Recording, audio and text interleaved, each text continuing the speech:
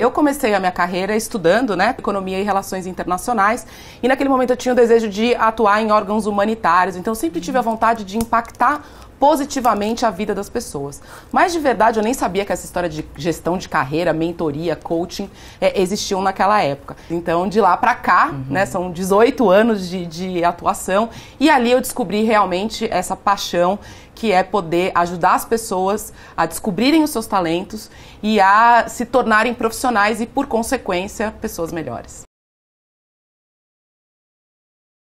Eu acho que é muito importante conhecer, antes da entrevista, a empresa, né, para a qual você está aplicando a vaga, e a vaga em si. Tá? E entender o que aquela vaga pede que de verdade tem a ver com a sua trajetória, com o seu perfil e com a sua experiência. Então é importante identificar aquilo que realmente tem a ver com a empresa, com a vaga e com você. Agora, para se destacar, eu acho que tem duas temáticas. Produtividade, tá? É gente que consegue fazer mais com menos, é gente que consegue entregar mais resultado, é gente que consegue vender mais ou entregar com menos custos. Então, essa temática de produtividade, tanto do trabalho individual como da empresa como um todo, é uma coisa que está todo mundo de olho.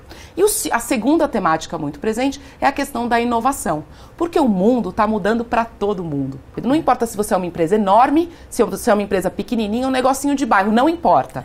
Todo mundo está vivendo essa chamada transformação digital que a gente vem tanto falando e lendo por aí. Então, profissionais que tenham tido experiência, ou pelo menos tenham estudado ou interesse de contribuir para a organização, seja na frente de produtividade, inovação ou as duas, têm uma chance maior de se destacar nesse momento.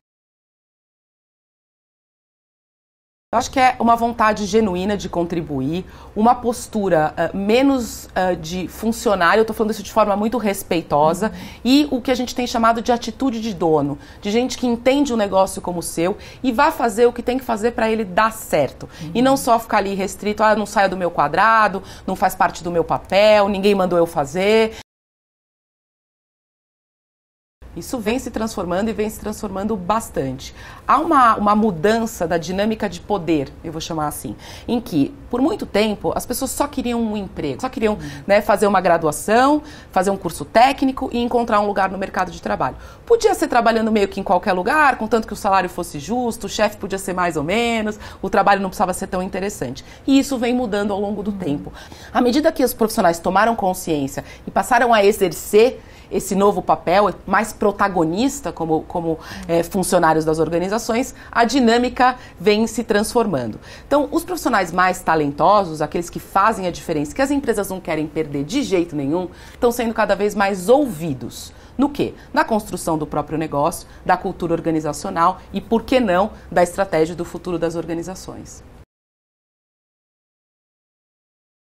Eu acho que a coisa mais importante é entender que se por muito tempo as empresas esperavam um bom funcionário, né?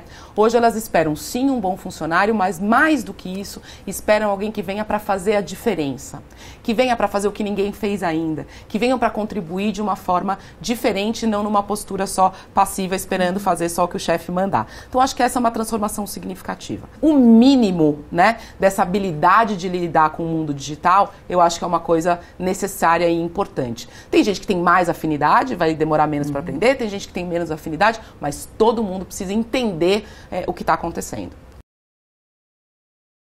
Ainda que de maneira não institucional, todo mundo passa por um período de experiência, vamos chamar assim, para você ver se o que você entendeu ali naquele primeiro encontro, que foi o processo seletivo, dá mesmo namoro, né, entre o profissional e a organização. Então, o mais importante é ligar os olhos e os ouvidos nesse primeiro momento para entender como aquela organização funciona. E aí, na sequência, achar a forma certa de participar e de contribuir. Certa para quem? Certa para aquela cultura, para aquele jeito de ser daquela empresa.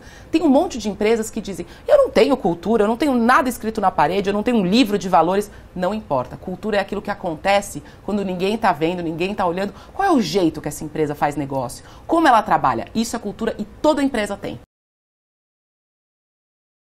Olha, existem, com a entrada dos sistemas, né, de gestão de currículos, de gestão de processos seletivos, isso ajudou um pouco a padronizar esses modelos de currículo. Existem um monte de sistemas por aí, sites de currículos, que podem ajudar quem não tem a menor ideia do por onde começar. Agora, o que é importante? Algumas regrinhas de ouro, vamos chamar assim. Então, o currículo, a gente brinca aqui em marketing que é um teaser, dá a vontade do outro conhecer melhor o candidato. Então, ele não pode ser muito longo, porque ninguém mais tem paciência de ler um negócio enorme. A outra coisa importante em relação ao currículo, ele tem que ser verdadeiro, tá? A pior coisa que uma pessoa pode fazer é mentir num currículo. Ainda mais hoje em dia, porque no passado era mais difícil checar a informação. Hoje em dia tá tudo aí disponível, gratuito na internet. Então toma muito cuidado com realmente só colocar aquilo que você viveu, a experiência que você teve no seu currículo. Vamos supor que ela fale um segundo idioma em nível intermediário, ela está estudando. Ela fala, vou pôr avançado, né? Não tem problema. Ou se fala avançado, vou pôr fluente. Isso é um problema. Por quê? Porque a empresa pode pedir para testar o seu nível de um segundo idioma, por exemplo. E aí você vai ficar ali amarrado numa situação desagradável.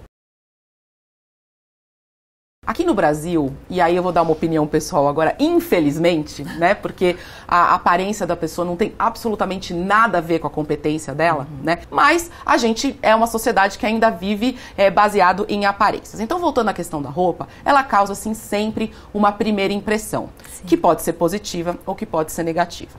Qual que é sempre a minha recomendação? Eu acho que você tem que se vestir para uma entrevista o mais próximo possível do que você vai se vestir no seu dia a dia. Vestir uma fantasia, né?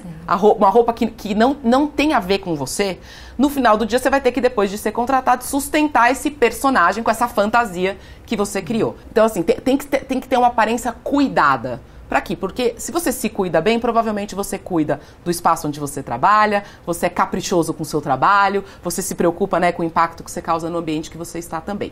Então, obviamente, higiene e uma boa aparência no sentido de estar cuidado, cabelo cortado, né? Se usa barba, se o homem usa barba, barba parada, né? A mulher, enfim, esse cuidado mínimo aí da aparência. Então, para o homem, uma calça, uma camisa, né, se ele não conhece o ambiente. Para a mulher, uma calça, uma saia, uma blusa discreta. E aí, depois que você for lá na entrevista, você vai sentir um pouco como a banda toca e aí pode, então, se soltar um pouco mais.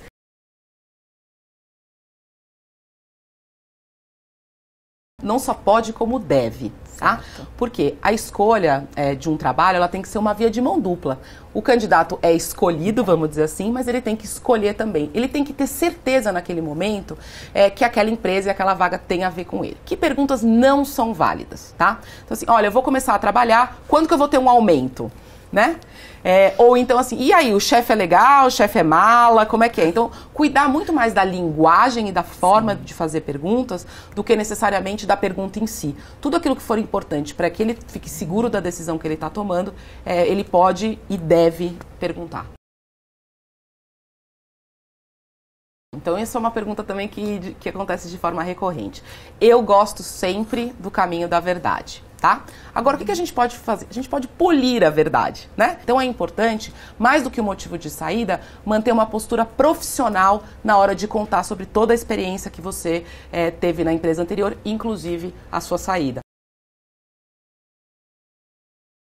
De cara, como a gente falou, ouvidos e olhos abertos para sentir um pouco como essa realidade acontece. O que funciona e o que não funciona. Não se limitar assim, 5 horas da tarde, 6 horas da tarde, cai a caneta, eu vou embora e não contribuo com mais nada. Então, ajudar áreas que não são as suas. Quando que isso acontece? Quando isso é percebido de forma negativa? Quando alguém que já está lá, né, ou que acabou de chegar junto com ele, se sente ameaçado por essa postura mais proativa. É combinar com o seu par, combinar com o seu chefe, trazer mais gente para ser dono dessa ideia junto com você, para ser dono dessa proatividade com você. Porque o que não pode acontecer é causar esse incômodo do ciúminho, da invejinha. Então você quer fazer o quê? Você quer que a ideia vá para frente, que a sua proatividade vá para frente, e por que não aproveitar essa oportunidade para construir uma rede de relacionamentos dentro da organização, já que você está chegando. Pode acontecer de maneira formal, com um diploma no final, como é o caso de uma pós-graduação, de uma especialização, que tem um valor enorme no mercado de trabalho, e também, não é ou, e também de maneira diária, ou seja, tem um monte de coisas disponíveis hoje na internet, online, gratuitamente, né, e toda essa informação principalmente quando ela é curada, ou seja, ela é selecionada por uma fonte confiável, ela também é aprender, também é se educar, além da educação formal. Então eu acredito nas duas coisas, no aprendizado formal e no aprendizado informal, contanto que ele aconteça sempre. Uma autorreflexão, porque só ele esteve com ele mesmo em todas as entrevistas que ele já participou. Então ele consegue fazer um olhar para si e dizer onde que eu acho que eu fui bem, o que eu acho que eu não fui tão bem, e aí fazer uma anotação, registrar em algum lugar os pontos que ele pode melhorar. Essa é a primeira coisa. A segunda coisa, que nem sempre é fácil de conseguir, mas é bom tentar, é pedir o chamado feedback, um retorno para quem o entrevistou do porquê não foi aprovado, ou se a pessoa não puder dizer por que não foi aprovada, pelo menos dizer algo que ela pode fazer melhor numa próxima entrevista. E a vida não é feita só de sims, né? A vida também é feita de nãos, pra gente poder aprender e pra gente, quem sabe, ter uma oportunidade melhor ali na frente esperando a gente. A gente tem de sempre ficar frustrado, né, e aprender a lidar com a sua própria frustração é uma característica muito importante para todos sempre na vida, né?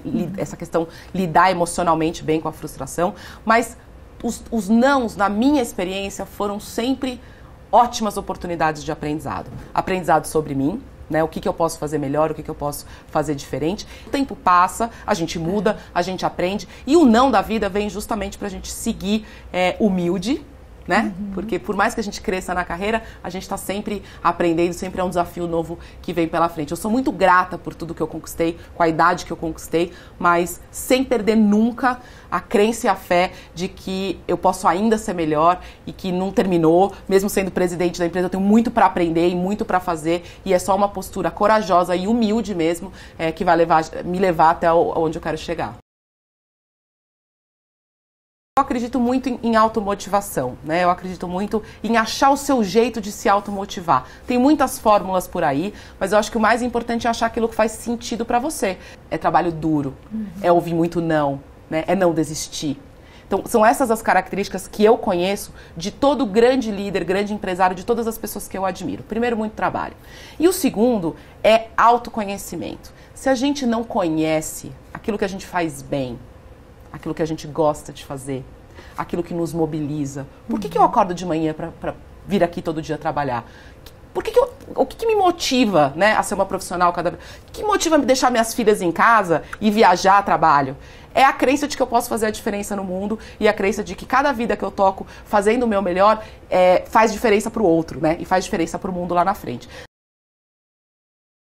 Olha, eu leio muito, a gente estava até conversando agora há pouco, antes de entrar aqui, eu quase não assisto televisão, então eu leio bastante. O primeiro é um livro chamado Garra, né, da Angela Duckworth, que é uma psicóloga americana, e ela diz que a garra, né, que essa persistência mesmo, essa vontade de fazer acontecer, ela é responsável pelo sucesso, muito mais pelo sucesso que a gente imagina, né? As pessoas acham que é só a formação que conta, quer ter nascido num lugar privilegiado, quer ter feito intercâmbio, ter viajado.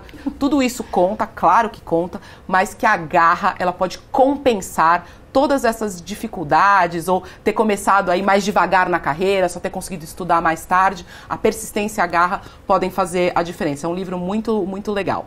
O segundo eu estou lendo agora, estou terminando, é um livro chamado Sapiens, que fala sobre a história da humanidade, né? Uma breve história da humanidade, porque a história da humanidade é muito longa, mas dá um resumo aí bem interessante para a gente entender algumas coisas que a gente convive no dia a dia, que a gente não tem a menor ideia do porquê a gente é do jeito que a gente é. É mais uma questão de procurar e até buscar referências por área de atuação. Porque existem coisas que servem para todo mundo, mas existem algumas coisas que são mais específicas. Então, conversa com profissionais que você admira na sua área de atuação. Pergunta o que eles têm lido, o que eles têm assistido, que eu acho que pode ajudar.